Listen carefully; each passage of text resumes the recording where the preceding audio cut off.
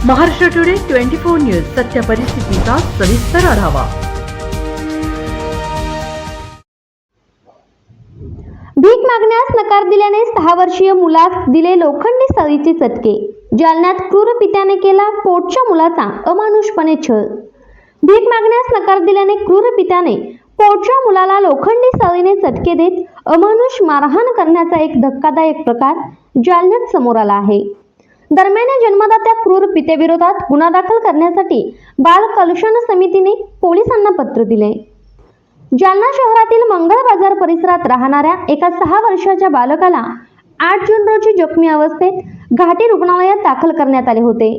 यावेळी मुलाच्या अंगावरील मारहाणीचे वर्ण आणि गरम लोखंडी सळीने शरीरावर चटके दिल्याचे दिसून आल्याने बालकावर उपचार करणाऱ्या डॉक्टरांनी तात्काळ चाइल्ड हेल्पलाईनला कळवले। चाइल्ड हेल्पलाईनने या मुलाचा ताबा घेत उपचार करून घेतले आणि 6 वर्षीय बालकाला विश्वासात घेऊन मारहाणी संदर्भात विचारले असता त्याने भीक मागण्यास नकार दिल्याने आपल्या जन्मदात्या पित्याने मारहाण करत लोखंडी सळीने चटके दिल्याची धक्कादायक माहिती समोर आली आहे।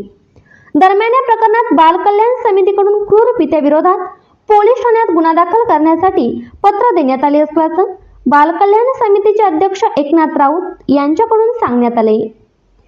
महाराष्ट्र टुडे मराठीसाठी प्रतिनिधी विलास गायकवाड, जालना।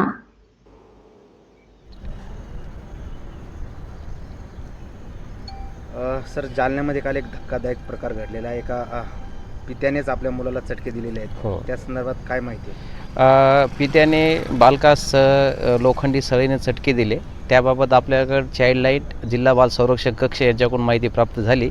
या प्राप्त माहिती आधारे आपण पोलीस स्टेशन, सदर बाजार पोलीस स्टेशन आणि जिल्हा बाल संरक्षण कक्ष यांना बाल न्याय अधिनियम 2015च्या कलम 74 आणि 76 नुसार गुन्हा नोंद करण्याचे निर्देश दिलेले। बालकांचे वैद्यकीय उपचार जिल्हा सामान्य रुग्णालय या ठिकाणी चालू आहे। तेथील अहवाल प्राप्त होतात आपण ज्यांनी हे क्रूर कृत्य केलं त्यावर FIR दाखल करू।